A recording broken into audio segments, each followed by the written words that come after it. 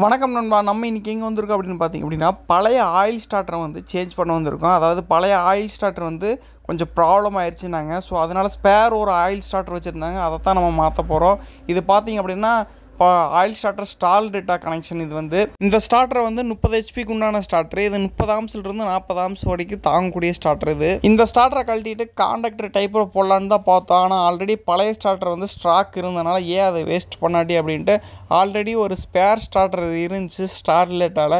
So அதையே போட்டுக்கலாம் அப்படின்ட்டு நம்ம இருந்த ஸ்டார்ட்டரை கழட்டி சர்வீஸ் கொடுத்துட்டு ஆல்ரெடி ஒரு ஸ்பேர் இருந்துச்சு. ஸோ அதை எடுத்து மாட்டிட்டோம். இது பார்த்திங்க அப்படின்னா ஃபிட் பண்ணுறதுக்கு கொஞ்சம் ஹோல்ஸ் எல்லாம் டிஃப்ரெண்ட் வந்துச்சுனால நம்ம கரெக்டாக எடுத்து செட் பண்ணிட்டு மார்க் பண்ணிட்டு, ஏன்னா அது வேறு ஸ்டார்ட்டர் ஒரு ஹோல்ஸ் கொஞ்சம் தள்ளி டிஸ்டன்ஸ் தனியாக வந்துச்சு. ஸோ இதோட ஹோல்ஸ் எல்லாம் கொஞ்சம் தனியாக வந்ததுனால அதுக்கேற்ற மாதிரி ஹோல்ஸ் போட்டு ட்ரில் போட்டு போல்ட் நட்டு போட்டு டைட் பண்ணிட்டோம்.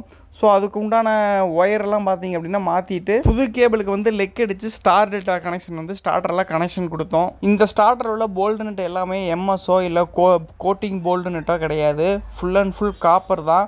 ஸோ அது ஏதாச்சும் ரொம்ப அழுத்தி டைட் வச்சா இல்லை ஸ்பேனருங்க போட்டு டைட் வச்சா கட்டாயிரம் அப்படிங்கிறக்காக நம்ம வந்து லேஜெட் யூஸ் பண்ணி டைட் பண்ணியிருக்கோம். லெவல் டைட் வைக்கிறக்காக சும்மா லைட்டாக மட்டும் ஸ்பேனர் போட்டு டைட் வச்சுருப்போம். அதுக்கப்புறம் லேஜெட் போட்டு ஃபுல் டைட் ஏற்றிருப்போம். ஸோ அப்போ தான் நம்ம எவ்வளோ வைக்கிறோம் அப்படிங்கிறத டைட் எவ்வளோ வைக்கிறதோ அப்படிங்கிறது தெரியும் அப்படிங்கிறக்காக லேஜெட் யூஸ் பண்ணியிருக்கோம். ஸ்பேனரில் போட்டு ரொம்ப டைட் வச்சு அப்படின்னா நமக்கு நிதானம் தெரியாமல் உடச்சாலும் உடஞ்சி போயிடும், அப்புறம் ஸ்டார்டரே வீணாக போயிடும். அப்படிங்கிறனால தான் நம்ம அப்படி யூஸ் பண்ணியிருக்கோம்.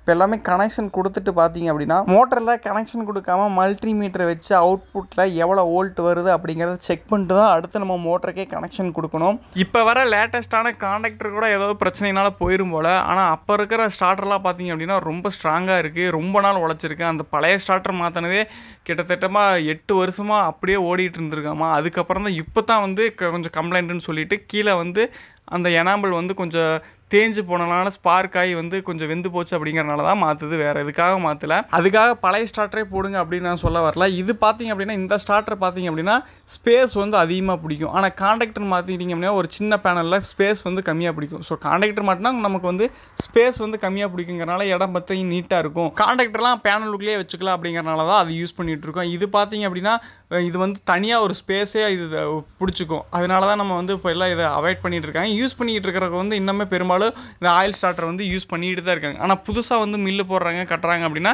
நேராக காண்டக்டருக்கு இல்லை பெரிய பேனலுக்கு போயிடுறாங்க. ஸ்டார்டர் எல்லாமே கனெக்ஷன் கொடுத்து முடிச்சிட்டோம். அடுத்து வந்து மோட்டருக்கு வந்து லெக் அடித்து வந்து கனெக்ஷன் கொடுத்தா வேலை முடிச்சுட்டு அது எப்படி இருக்குது அப்படிங்கிறத ஓட்டி பாட்டு உங்களுக்கு சொல்கிறேன். ஒர்க் எப்படி இருக்குது அப்படிங்கிறத பார்த்துட்டு கமெண்ட் பண்ணுங்கள். வீடியோ பிடிச்சிருந்தா வீடியோக்கு ஒரு லைக் பண்ணிட்டு ஷேர் பண்ணி விடுங்க. மறக்காமல் நம்ம சேனலை ஃபாலோ பண்ணிக்கிங்க.